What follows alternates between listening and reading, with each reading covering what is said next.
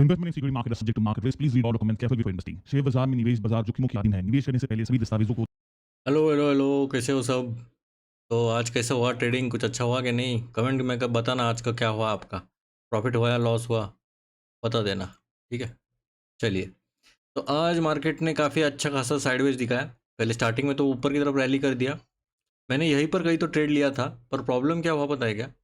यहाँ पर मैंने स्लाइट ओटीएम लिया था। ठीक है, यहाँ पर कहीं तो किधर लिया था, यहाँ पर लिया कि यहाँ पर लिया, मुझे समझ में नहीं आया। यहीं पर किधर तो लिया था, 400 का लेने वाला था मैं, पर 450 का लिया मैंने, इसलिए थोड़ा सा टारगेट मेरा मिस हुआ। लाइक 20 पॉइंट तक गया शायद, और उसके बाद नीचे की तरफ आ गया और मैंने एसएल कॉस्ट टू कॉस्ट लगा दिया था। यहाँ पर आप देख सकते हो, पहला ट्रेड था। फिर देखा जाए तो पोजीशन की डिटेल्स 10 बजे लिया था, 16 बजे नीचे आ गया। ठीक है, 1 रुपये का ऊपर रखा था मैंने, तो 113 तक हो गया था। सेकंड ट्रेड की बात की जाए तो यहाँ पर अगर पोजीशन डिटेल्स बताऊँ मैं, तो ये हो गया 14-10 को। थोड़ा लेट ही लिया, मुझे लगा अभी रैली ऊपर की तरफ, यहाँ पर मैंने प्रेडिक्ट किया था, और बाद में यहाँ पर मुझे लगा कि आ जाएगा। यहाँ पर लिया, ऊपर तक गया, और ये शॉर्ट एसएल रखा था मैंने, एक 8 पॉइंट्स का ही रखा था मैंने। यहाँ पर आप देख सकते हो 8 या 9 पॉइंट्स का ही रखा था मैंने। तो एग्जीक्यूट होते होते 9 पॉइंट हो गया वो, तो 600 का लॉस हुआ यहाँ पर। तो पर मेरा डायरेक्शन सही था और ये ऊपर की तरफ गया था। यहाँ पर आप देख सकते हो 14-10 का। पर ठीक है, मैं बोला छोड़ दो, जो कोई बात नहीं। थोड़ा लेट एंट्री था, पर मुझे कन्विक्शन था कि भाई ऊपर की तरफ जाएगा। कैसा आएगा, इतना कन्विक्शन कैसे आया मुझे? तो पहली बात तो ओआई देखा मैंने, अगर मैं मेरी बात बताऊँ, ओआई देखा, वीवेब देखा, ईएमए देखा, वॉल्यूम देखा। यहाँ पर आप देख सकते हो वॉल्यूम कितना बड़ा है। इतना बड़ा वॉल्यूम है, पर इतनी छोटी कैंडल क्यों है? क्योंकि ऊपर वाले ने दबा दिया था। अगर ये वॉल्यूम अगर दबाया नहीं रहता तो 500 के ऊपर आराम से गया रहता और मेरा टारगेट इजीली हिट हुआ रहता। इजी मतलब क्या, डबल हो गया रहता टारगेट, 100 पॉइंट्स तक गए रहते मुझे। पर ठीक है, मैं बोला कोई बात नहीं। और उसकी वजह से काफ़ी सारे फैक्टर्स इंक्लूड करके ही हम 2-3 फैक्टर्स ही बताया मैंने, और भी रहते हैं, न्यूज़ वगैरह भी आते रहता है, पर वो उतना मेजर नहीं, पर ये मेजर फैक्टर्स रहते हैं। ठीक है, इवन सपोर्ट वगैरह भी अच्छा खासा आने लग गया था यहाँ पर ठीक है, ये 2 ट्रेड्स थे मेरे और ये इतना लॉस हो गया। अगर चार्जेस की बात की जाए तो 150 के आसपास चार्जेस लगे, मतलब कितना हुआ ये, चार मतलब 500 पकड़ो, और ये 150 650 का लॉस हुआ है मुझे आज। ठीक है, जो कि है मेरा एक एसएल। तो ठीक है, अभी हम आते हैं मेन मुद्दे पे। तो आज क्या चल रहा है मार्केट में? तो मार्केट ने दिखाया है डाउनफॉल था, इधर रिकवर किया, फिर थोड़ा सा नीचे गया, फिर से बताया कि भाई हमारे पास पावर है, हम ऊपर उठाएंगे। फिर से मार्केट ने टेस्ट किया नीचे की तरफ, ऑलमोस्ट 300 को टेस्ट करने की कोशिश की, दबा दिया था पूरा। 300 के नीचे तक ऑलमोस्ट जाने वाले थे, पर मार्केट ने बोला नहीं, हम उतने नीचे नहीं जाने देंगे, और सीधा इधर से उठा के ऑलमोस्ट 450 के आसपास ऊपर गया, और फिर नीचे की तरफ क्लोज किया। ऑलमोस्ट जो पिछले डे का क्लोज के नज़दीकी क्लोज किया है। पिछले डे का क्लोज अगर देखा जाए तो 405 का था, और इसका 416 है। ठीक है, क्लोजिंग इसका 416 के आसपास ही हुआ है, तो पिछले डे से 10 पॉइंट्स ही ज़्यादा है। तो इससे क्या फ़र्क पड़ता है? बहुत फ़र्क पड़ता है। कल और एक इम्पॉर्टेंट जो है, मैं तो कहूँगा काफ़ी इम्पॉर्टेंट न्यूज़ आने वाली है। कितने बजे आने वाली है? 10 बजे आने वाली है, तो वो हम बताऊंगा मैं नो ट्रेड जोन क्या रहेगा। पर पहले तो हम देखते हैं सपोर्ट। सपोर्ट है लास्ट लाइन हमारा पिछले जैसा ही 63 से 100। स्ट्रॉन्ग सपोर्ट है 183 से 200। और उससे भी इम्पोर्टेंट जो है अभी जो नज़दीकी करंट में आ रहा है सपोर्ट, वो है 300 से लेकर 417 तक, यहाँ तक है। ठीक है, ये जो है काफ़ी अच्छा खासा सपोर्ट है, ये इमीडिएट सपोर्ट। अगर इमीडिएट रेजिस्टेंस की या फिर फर्स्ट स्टेज जो रहेगा वो 574 को रहेगा। 574 क्यों है? तो ये देखो काफ़ी बार, एक्चुअली इसके पीछे भी आ गए ना हम, काफ़ी बार इधर टेस्ट किया है, उसके हिसाब से हमने इसको रखा है 574 से लेकर 650 तक। ठीक है, ये रेंज काफ़ी बड़ा टेस्टिंग वाला जोन रहेगा। फर्स्ट टेस्ट यहीं पर टेस्ट होगी तुम्हारी, पहली कड़ी परीक्षा। अगर ये टूटता है तो फिर 700 से 850 की वॉल है, सी वॉल है, काफ़ी तगड़ी वॉल है। यहाँ पर आप देख सकते हो सीधा सेलिंग ही किया है उन्होंने, ज़्यादा छुट्टी ही नहीं दी। तो ऊपर तक गया, पर फिर से नीचे तक दबाने की कोशिश की। 24,000 तो छोड़ दीजिए, 24,000 से टच करके आ गया 100 को। कब था ये? 26 मई को। बाद में आता 24,200 और 24,000। ठीक है, ये ब्रेकआउट जोन रहेगा, ये सीधा ऊपर की तरफ टिकट निकलेगा 500 तक, 400-500 तक, और उसके ऊपर अगर जाना है तो 600 के ऊपर भी आ सकता है ये। तो ठीक है, अभी चल क्या रहा है, अभी हमारा सेटअप्स कौन से रहेंगे तो वो इंपॉर्टेंट है। पहला सेटअप जो रहेगा डोविश मतलब क्या, बुलिश रहेगा। अगर आरबीआई देखो कल आएगा मॉनिटरी पॉलिसी कमेटी का रिपोर्ट आने वाला है 10 बजे, आरबीआई अनाउंस करेगा। आरबीआई ने अगर होल्ड करता है या फिर कट करता है, आरबीआई अगर रेट कट करता है तो फिर बहुत ज़्यादा चांसेस है कि बुलिश रैली इतनी डेंजर चलेगी, अराउंड 200 से 300 पॉइंट्स ऊपर जा सकता है, ठीक है, मिनिमम बोल रहा हूँ मैं, उससे भी ज़्यादा जा सकता है, या फिर सीधा पॉपअप आएगा अबव 574 के ऊपर ही आ सकता है।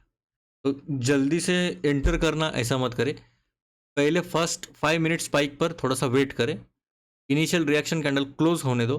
अगर वीवैप के आसपास कंफर्मेशन मिलता है कि भाई ऊपर तक जाने वाला है 10:15 के आसपास, तो अर्लीस्ट में 10:15 ही रहेगा तुम्हारा, ठीक है, उसके पहले मत करो। कंफर्म करो कि विक्स फॉल हो रहा है 15.5 से नीचे है।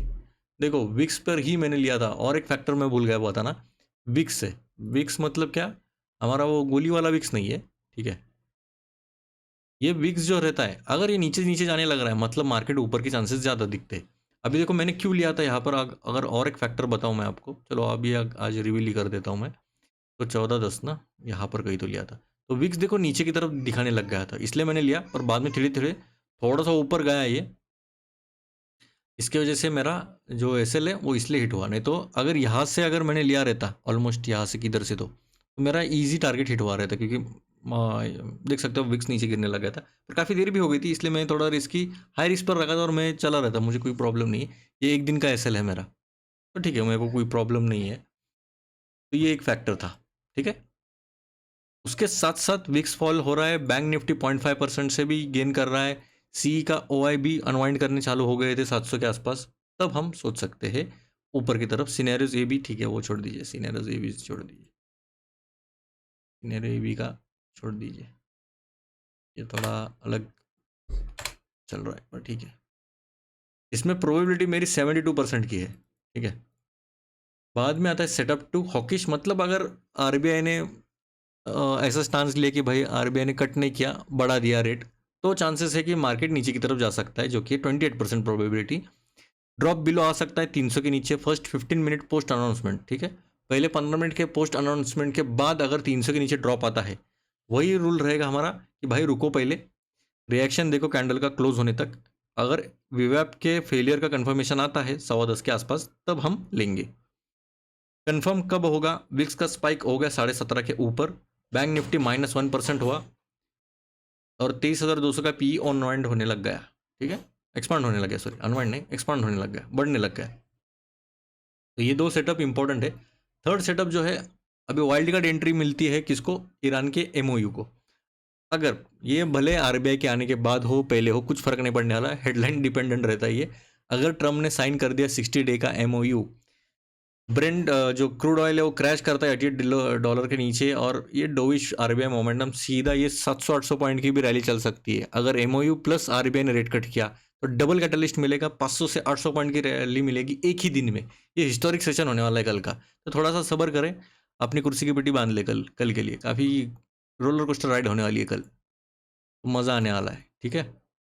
और एक इम्पॉर्टेंट गोल्डन रूल है, do not trade before 10:10 AM, 10:10 के पहले आप कुछ भी ना करें, मेरी सजेशन यही रहेगा, ठीक है।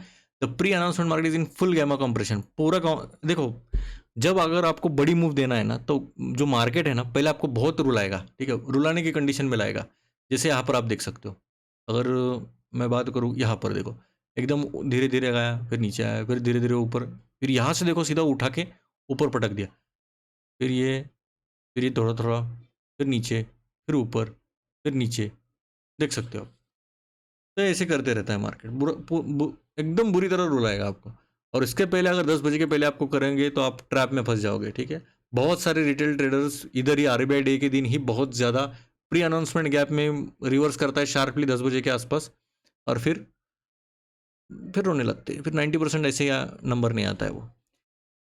तो wait for the first post announcement 5 minute candle to close, ठीक है, देन एंटर। फिर best RBI trades in history are entered 5 to 15 minutes after the announcement, not before.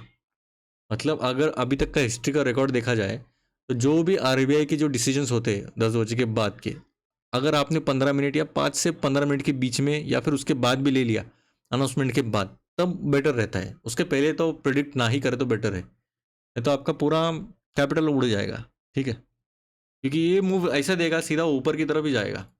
और यहाँ पर मेरे हिसाब से एफआई और डीआई में दोनों जुगलबंदी चल रही है अभी, कौन जीतेगा क्या जीतेगा, वो ठीक है, वो तो उनका काम ही है वैसे। तो इम्पोर्टेंट अनाउंसमेंट है ये, इसको हल्के में मत लेना, ठीक है।